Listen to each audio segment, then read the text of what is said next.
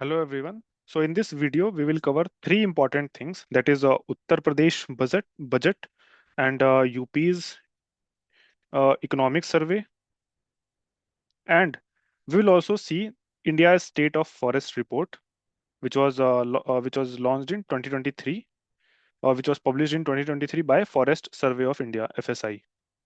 So these three things we will cover in this video. So let's start with the UP's budget, and UP का budget और economic survey कोई separate heading नहीं है, जितना भी important data है वो सब इसी में कवर कर दिया गया है. सो ये नहीं सोचिएगा कि यूपी का इकोनॉमिक सर्वे का कोई हेडिंग तो आया नहीं तो यूपी का इकोनॉमिक सर्वे कैसे कवर हो गया. तो यूपी का बजट इकोनॉमिक सर्वे का जितना इंपॉर्टेंट डेटा है वो सारा एक जगह इकट्ठा है, एक जगह. फिर लेट्स स्टार्ट कि टोटल बजट कितना रहा उत्तर प्रदेश का इस साल का. 8 लाख करोड़ पार कर गया है. सो 8 लाख करोड़ क्रॉस करने वाला भारत का पहला राज्य बन गया है ये. तो 8 लाख 8,736 करोड़ रुपए का जो है टोटल बजट रहा ये उत्तर प्रदेश का, जो लास्ट ईयर के कंपैरिजन में 9.8% से ज्यादा रहा. और ये योगी 2.0 गवर्नमेंट का ये फोर्थ बजट था. जैसे हम जानते हैं 2022 से लेकर 2027 तक की योगी 2.0 गवर्नमेंट है. तो इनका फोर्थ और अभी तक का बिगेस्ट बजट रहा है ये. क्योंकि 9.8% की ग्रोथ रेट के साथ ये 8 लाख करोड़ पार कर गया, तो अभी तक का बिगेस्ट बजट है ये. और इस बजट में क्या बताया गया है कि जो पर कैपिटा इनकम है उत्तर प्रदेश का वो 93,000 रुपीज पे है, जो कि around half of the national average है. नेशनल एवरेज करीब करीब 1,72,000 रुपए का है. तो उससे करीब करीब हाफ है पर कैपिटा इनकम, जिसमें इंप्रूव करने की जरूरत जरूरत है स्टेट को. और स्टेट का जीडीपी 2024-25 में 27.51 लाख करोड़ रहा है, और जो कि नेक्स्ट नेक्स्ट फिजिकल ईयर में, दैट इज 2024-25 में बढ़कर 12% से बढ़कर 30.8 लाख करोड़ तक पहुंचने का अनुमान है. 30.8 लाख करोड़ का पहुंच जाएगा 2024-25 में, जिससे ग्रोथ कितनी, एनुअल ग्रोथ कितनी शो करी है 12% की, जो कि वन ऑफ द लार्जेस्ट है. फिर फिजिकल डेफिसिट, जैसा हम जानते हैं कि एक एफआरबीएम एक्ट लाया गया था 2003 में पार्लियामेंट के द्वारा, जिसमें ये टारगेट किया गया था कि जो फिजिकल डेफिसिट है, चाहे नेशनल लेवल पे हो चाहे स्टेट लेवल पे हो, वो 3% ऑफ द जीडीपी से ज्यादा नहीं होना चाहिए. 3% ऑफ द जीडीपी किसका, अगर नेशनल लेवल पे है तो नेशनल लेवल की जीडीपी, और स्टेट लेवल पे है तो स्टेट लेवल की जीएसडीपी यानी ग्रॉस स्टेट डोमेस्टिक प्रोडक्ट. सो उसका टारगेट 3% का था, और उसको बहुत अच्छे से अचीव किया है उत्तर प्रदेश ने, और 2.97% पर इसको समेट के रख दिया है. और अगर रुपीस के टर्म्स में देखें तो 91,399 करोड़ रुपए का फिजिकल डेफिसिट है. फिर टोटल डेट जो है गवर्नमेंट का वो इंक्रीज हुआ है, जो कि एक अच्छी खबर नहीं है. और वो भी क्रॉस होके 9,03,000 करोड़ पार कर गया है. और 2024-25 में ये 8.16 लाख करोड़ था. सो ये भी एक इम्पोर्टेंट है.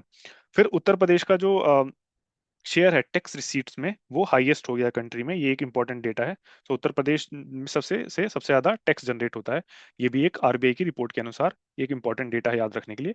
सो जो भी इंपॉर्टेंट मोस्ट इंपॉर्टेंट डेटा था जिसपे क्वेश्चन बन सकते हैं वो इस चीज में कवर है. बाकी और अदर इंपॉर्टेंट डेटा डेटा जिन पे इतना एक्सप्लेनेशन की जरूरत नहीं है लेकिन है इंपॉर्टेंट, वो भी देख लेते हैं एक बार. कि बजट बजट का जो एलोकेशन किया गया है अलग अलग सेक्टर में, वो किस किस सेक्टर में किया गया है. सो इंफ्रास्ट्रक्चर डेवलपमेंट को 22% ऑफ द टोटल बजट दिया गया है, जो कि पूरे जीएसडीपी का 6% ऑफ द जीडीपी से भी ज्यादा है. 6% ऑफ द स्टेट जीडीपी से ज्यादा है. और ये 22% क्या है, 22% of the total budget. So budget में और जीडीपी में फर्क है. So 22% of the total budget और 6% of the total GDP. Education को 13% of the total budget. Agriculture को 11% of budget. Medical and health 6% and social security programmes को 4% दिया गया है. अच्छा, ये सब जो डेटा दिया गया है ये सब बजट का डेटा है, नॉट जीएसडीपी. दैट इज 22% अगर बोला है तो जीएसडीपी का 22% नहीं, ये 22% ऑफ द बजट. और ये 11% of the budget, 6% of the budget, तो ये सब है. और 6% ऑफ द जीएसडीपी क्या है, इंफ्रास्ट्रक्चर डेवलपमेंट. तो ये इंपॉर्टेंट डेटा है याद रखने के लिए, वन ऑफ द हाईएस्ट है. फिर अदर स्कीम्स और मेजर प्रोजेक्ट्स क्या क्या हैं. और सबसे इंपॉर्टेंट स्कीम है chief minister youth entrepreneurship development campaign. ये 2024-25 में लॉन्च किया गया था. इसके लिए 1,000 करोड़ रुपए 1,000 करोड़ रुपए प्रपोज किए गए हैं फाइनेंशियल ईयर 2025-26 में. फिर नेक्स्ट इंपॉर्टेंट बजट एलोकेशन देख लेते हैं और क्या क्या बजट एलोकेशन किया गया है. 300 करोड़ रुपए एलोकेट किए गए हैं किसके लिए, टेक्सटाइल पार्क बनाने के लिए. ये कहाँ डेवलप किया जा रहा है, ये कानपुर में डेवलप किया जा रहा है टेक्सटाइल पार्क, 300 करोड़ की लागत से. देन मथुरा वृंदावन बांकी बिहारी टेम्पल कॉरिडोर, ये बनाया जा रहा है 100 करोड़ की लागत से. फिर जल जीवन मिशन में 4500 करोड़ रुपए दिए गए हैं। फिर 22 नए प्राइमरी स्कूल खोले जाएंगे, उसके लिए 25 करोड़ का आवंटन किया गया है। फिर पीएम श्री योजना, उसमें 300 करोड़। फिर डिजिटल लाइब्रेरीज गांव में बनाने के लिए 454 करोड़। फिर 11% ऑफ द बजट जो है वो एग्रीकल्चर और अलाइड सेक्टर को दिया गया है। चीफ मिनिस्टर कन्या सुमंगला योजना के तहत 700 करोड़ रुपए आवंटित किए गए हैं। ये कुछ ऐसा डेटा है जो याद रहे तो अच्छा है, नहीं रहे तो भी कोई बात नहीं है, बट एक बार नजर जरूर मार लेंगे कि अगर प्रोबेबल क्वेश्चन बन जाता है, क्योंकि यहाँ से कोई मेंस पर्सपेक्टिव क्वेश्चन तो बन नहीं रहा है।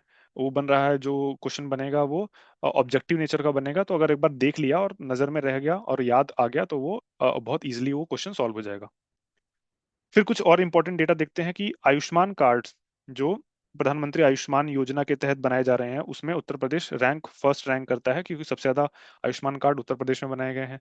फिर गवर्नमेंट होम्योपैथी मेडिकल कॉलेज, ये कहाँ बनाया जाएगा? वाराणसी में बनाया जाएगा। ये एक इंपॉर्टेंट डेटा है। फिर बलिया और बलरामपुर में गवर्नमेंट मेडिकल कॉलेजेस बनाए जाएंगे। अच्छा, एक उत्तर प्रदेश गवर्नमेंट की एक स्कीम है कि one medical college in one district के तहत जो है कोशिश की जाएगी कि जो जितने 75 डिस्ट्रिक्ट हैं उत्तर प्रदेश में, उन सभी डिस्ट्रिक्ट में एक एक मेडिकल कॉलेज बनाया जाए, और इसके तहत अभी तक 22 डिस्ट्रिक्ट में बनाए भी जा चुके हैं। सो ये एक इंपॉर्टेंट डेटा है। और भारत का पहला एआईसीटी कहाँ बन रहा है? लखनऊ में बन रहा है। लखनऊ में फर्स्ट एआईसीटी बन रहा है। इसके लिए कितना? 5 करोड़ का बजट एलोकेट किया गया है। सो ये इंपॉर्टेंट इंपॉर्टेंट डेटा है। Not 5 crore, not 5 crore, but countries first AICT ये कहाँ बन रहा है? ये लखनऊ में बन रहा है। लखनऊ जो है उत्तर प्रदेश की कैपिटल। देन एनवायरनमेंट और फॉरेस्ट सेक्टर में ये इसमें क्या क्या बजट को एलोकेट किया गया है? एनवायरनमेंट फॉरेस्ट सेक्टर में देख लेते हैं। पहले तो ये 9.96% of the total geographical area of the state, मतलब उत्तर प्रदेश का जितना जोग्राफिकल एरिया है उसका 9.96% है, जो कि बहुत वन ऑफ द लोवेस्ट है कंट्री में। तो ये एक याद रखना है कि जो फॉरेस्ट कवर है वो बहुत कम है, और 2030 तक उत्तर प्रदेश गवर्नमेंट का टारगेट है इसको 15% ऑफ द एरिया करने का। सो एक इंपॉर्टेंट चीज है। और जो India state of forest report है, उसमें जो second highest increase forest cover और ट्री कवर में वो है उत्तर प्रदेश में नोट किया गया। तो Uttar Pradesh is on the track to achieve this 15% target. So ये जो दिया है उत्तर प्रदेश का rank second in the country in forest cover and tree cover नहीं, रैंक सेकंड तो कौन है? फर्स्ट रैंक पर जो है वो एमपी है। किस किस में? एज एब्सोल्यूट एरिया में।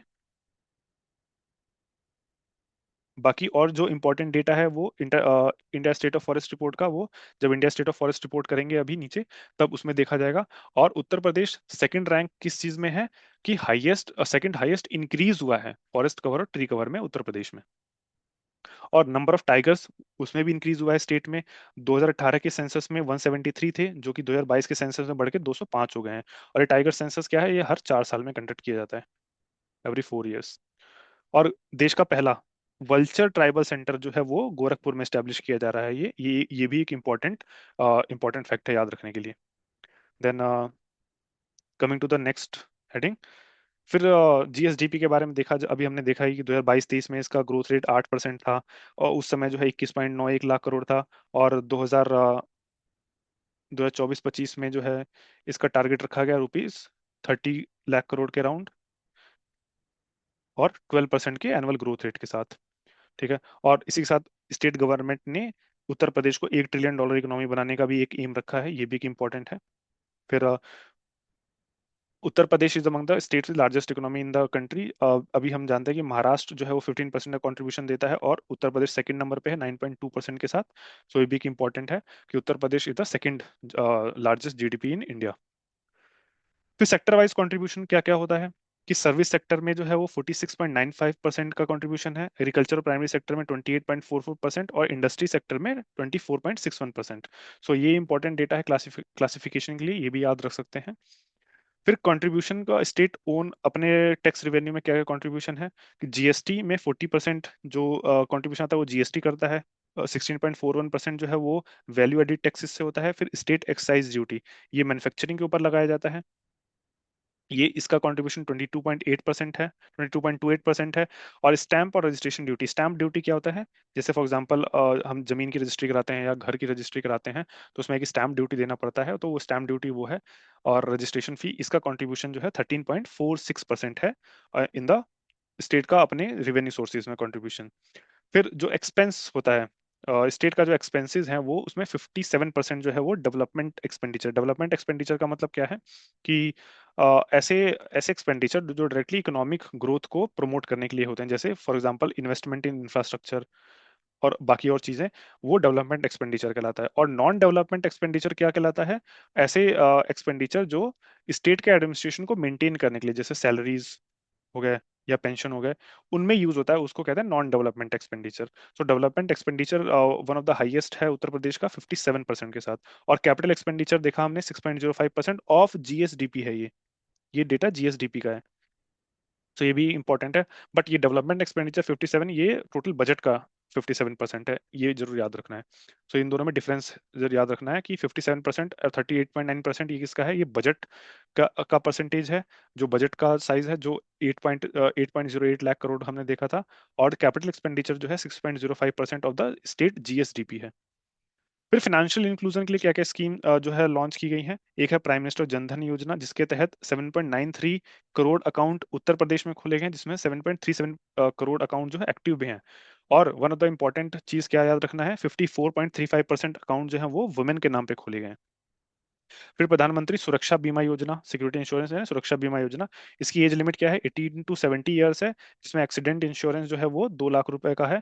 और एनुअल प्रीमियम कितना देना पड़ता है? 12 रुपए, यानी 1 रुपया पर मंथ का। ठीक है, ये एक इंपॉर्टेंट है। फिर प्राइम मिनिस्टर जीवन ज्योति सुरक्षा योजना, जीवन ज्योति बीमा योजना, इसकी एज लिमिट कितनी है? 18 to 50 ईयर्स। फिर इसमें भी 2 लाख का लाइफ इंश्योरेंस है, अप टू 2 लाख का। इसमें एनुअल प्रीमियम कितना है? ₹330 का।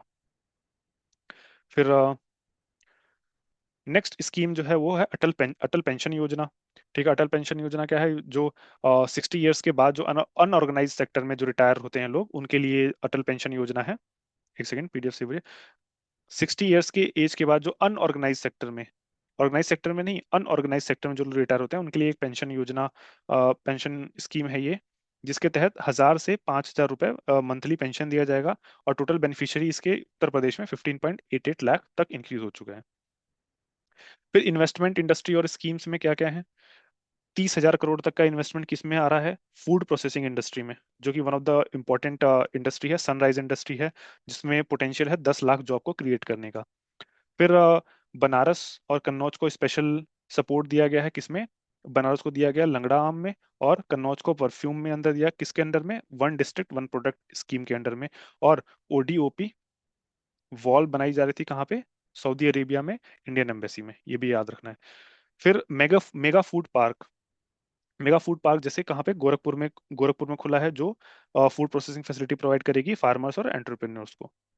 फिर agro processing cluster, special cluster in the cities जैसे कानपुर और आगरा, इन पे फोकस किया जाएगा, किस पे? पोटैटो की प्रोसेसिंग पर।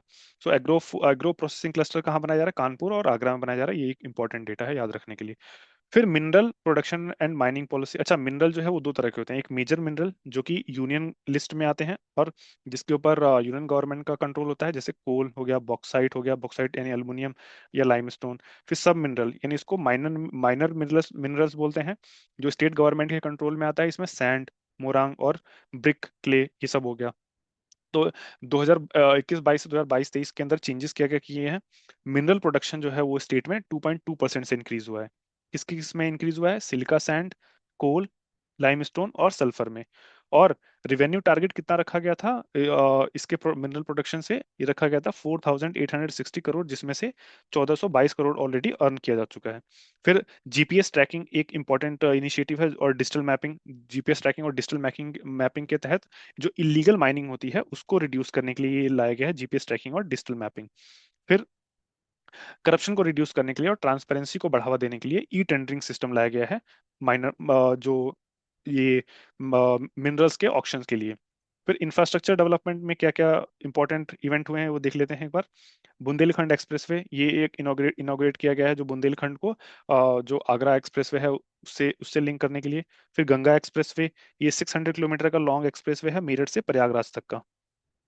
फिर नेक्स्ट इंपॉर्टेंट क्या है? रोड और ब्रिज कंस्ट्रक्शन में ये तीन इंपॉर्टेंट पोर्टल बनाए गए हैं, चाणक्य, विश्वकर्मा और प्रहरी।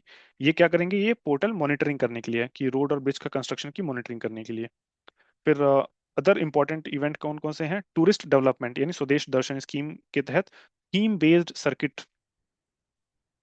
सर्किट बनाए जा रहे हैं टूरिज्म को प्रमोट करने के लिए। जैसे फॉर एग्जांपल रामायण सर्किट में चित्रकूट है, श्रीवेंगरपुर है, और अयोध्या है, अयोध्या जो जन्मस्थली है श्री राम की। फिर जनकपुर, ये सारे सबको कनेक्ट कनेक्ट करके जो है रामायण सर्किट क्रिएट किया जा रहा है। फिर बुद्धिस्ट सर्किट, जो बुद्ध इंपॉर्टेंट लॉर्ड बुद्धा की लाइफ से इंपॉर्टेंट जो शहर हैं, जैसे कुशीनगर जहाँ उनकी मृत्यु हुई थी, महापरिनिर्वाण बोलते हैं, कपिल वस्तु जहाँ उनका जन्म हुआ था, फिर श्रावस्ती जहाँ वो अपने जीवन के सबसे ज्यादा समय रुके थे। तो ये सारे साइट्स को कनेक्ट करके जो है एक बुद्धिस्ट सर्किट बनाया जा रहा है। फिर स्पिरिचुअल सर्किट, ये कहाँ बनाया जाए? गोरखपुर में, देवीपट्टन में, फिर उसके बाद ब्रह्मण्यागंज में, और जेवर, दादरी, सिकंदराबाद, नोएडा, खुर्जा, बांदा, ये रिलीजियस टूरिज्म डेवलपमेंट के लिए इस डेवलप कॉरिडोर को डेवलप किया जा रहा है। सो ये भी एक इंपॉर्टेंट चीज है याद रखने के लिए। फिर एनर्जी और एनवायरनमेंट के सेक्टर में उत्तर प्रदेश ने सोलर एनर्जी पॉलिसी लॉन्च करी थी 2022 में, जिसके तहत टारगेट कितना था? 22,000 मेगावाट यानी 22 गीगावाट का प्रोडक्शन करने का टोटल टारगेट रखा गया था नेक्स्ट 5 ईयर्स में। फिर अदर इंपॉर्टेंट पॉइंट्स याद रख लेते हैं कि वेस्टर्न जो जो यूपी है, यूपी का अगर हम लोग मैप देखें,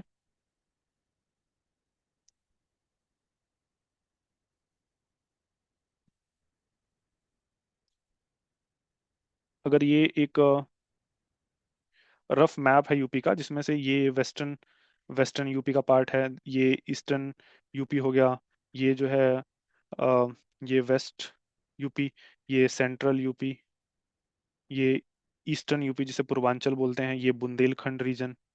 तो जो हाईएस्ट जीडीपी में हाईएस्ट कंट्रीब्यूशन दे रहा है वो है वेस्टर्न उत्तर प्रदेश, 48.51% का स्टेट जीडीपी में कंट्रीब्यूशन।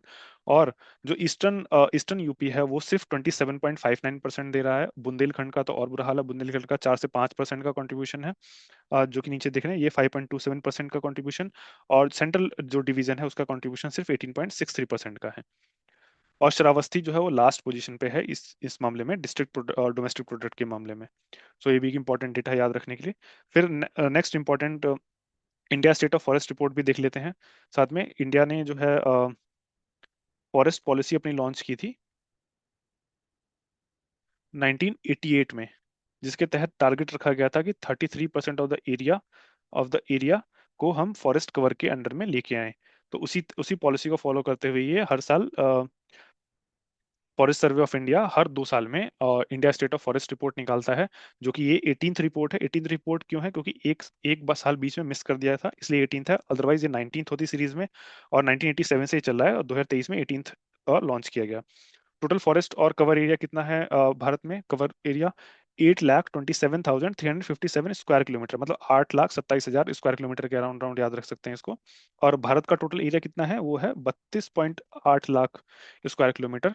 सो रफ एस्टिमेट लगा सकते हैं कि 32 और 8.27 है, तो करीब करीब 25 यानी 1/4 ऑफ द एरिया जो जोग्राफिकल एरिया है वो फॉरेस्ट और ट्री कवर के अंडर में है। और टारगेट कितना था? 33% का, जिसमें से 25.17% में से 21.76% फॉरेस्ट कवर है और 3.41% जो है वो ट्री कवर है। और 2021 के कंपैरिजन में कितना इंक्रीज हुआ है वो? मतलब 1445 स्क्वायर किलोमीटर, मतलब पिछले बार के कंपैरिजन में इंक्रीज ही हुआ है। मतलब जो 33% का जो टारगेट रखा था इंडिया ने, उसको अचीव करने की तरफ इंडिया लगातार बढ़ता जा रहा है। फिर कौन कौन से स्टेट हैं जिसमें फॉरेस्ट और ट्री कवर दोनों मिला के सबसे मैक्सिमम इंक्रीज हुआ है? वो छत्तीसगढ़, उत्तर प्रदेश और फिर उड़ीसा। फिर ऐसे स्टेट जिसमें सिर्फ फॉरेस्ट कवर सबसे ज्यादा इंक्रीज हुआ है वो है मिजोरम, गुजरात, उड़ीसा। फिर एरिया के टर्म्स में जो टॉप 3 स्टेट्स हैं वो कौन है? मध्य प्रदेश, फिर अरुणाचल प्रदेश, और थर्ड पे है महाराष्ट्र। फिर और अदर इंपॉर्टेंट चीजें देख लेते हैं। फिर ऐसे स्टेट और यूनियन टेरिटरीज जिनका geographical area as a percentage of geographical area सबसे ज्यादा मैक्सिमम फॉरेस्ट कवर है, वो है लक्षद्वीप, जिसका 91.33% area, Mizoram 85.34% and Andaman Nicobar island जिसमें 81.62%। और सिर्फ स्टेट्स को अगर कंसिडर करें, यूनियन टेरिटरीज को हटा दें, तो मिजोरम फर्स्ट पे आता है और सेकंड पे अरुणाचल प्रदेश आता है। फिर ऐसे कितने स्टेट और यूनियन टेरिटरीज हैं भारत में? अच्छा, 28 स्टेट्स हैं और 8 यूनियन टेरिटरीज हैं, टोटल 36 स्टेट और यूनियन टेरिटरीज हैं, जिसमें से 19 स्टेट और यूनियन टेरिटरीज ऐसे हैं जिनका टोटल फॉरेस्ट एरिया 33% को पार कर चुका है। फिर मैनग्रोव एरिया, मैनग्रोव से एक बुरी खबर ये आ रही है कि वैसे तो ओवरऑल करीब 4992 स्क्वायर किलोमीटर, करीब 5000 स्क्वायर किलोमीटर याद रख सकते हैं, जो कि 0.15% ऑफ द जोग्राफिकल एरिया है, लेकिन 2021 के कंपैरिजन में नेट रिडक्शन हुआ है मैनग्रोव के एरिया में 7.43 स्क्वायर किलोमीटर का। फिर बैम्बू एरिया जो है वो टोटल कितना है भारत में, 1,54,670 स्क्वायर किलोमीटर है। फिर कार्बन स्टॉक्स में इंक्रीज हुआ है, कितना हुआ है, 81.5 मिलियन टन। फिर नॉर्थ ईस्ट इंडिया से इंपॉर्टेंट न्यूज क्या है कि नॉर्थ ईस्ट इंडिया का जो 67% ऑफ जोग्राफिकल एरिया है वो फॉरेस्ट कवर है, which is nearly double, nearly not not nearly but more than double the national target of achieving 33% of the area as forest area. So this is important news to know. Then wildfire session, top 3 states कौन कौन है, उत्तराखंड, ओडिशा, छत्तीसगढ़। और उत्तराखंड में wild Fyers को बुझाने के लिए एक इनोवेटिव सोल्यूशन लाया गया था जिसका नाम रखा गया था Bambi bucket. So this is also important to know. So इसी के साथ हमने इस वीडियो में उत्तर प्रदेश का इकोनॉमिक सर्वे, उत्तर प्रदेश का बजट का इंपॉर्टेंट डेटा और India state of forest report का जो इंपॉर्टेंट डेटा है उसको कवर कर लिया है। अब नेक्स्ट वीडियो में जो बचे हुए 3 महीने के करंट अफेयर हैं, जो सितंबर 2024, अगस्त 2024 और जुलाई 2024, उसको कवर करने की कोशिश करेंगे। सो मिलते हैं नेक्स्ट वीडियो में। Till then, thank you.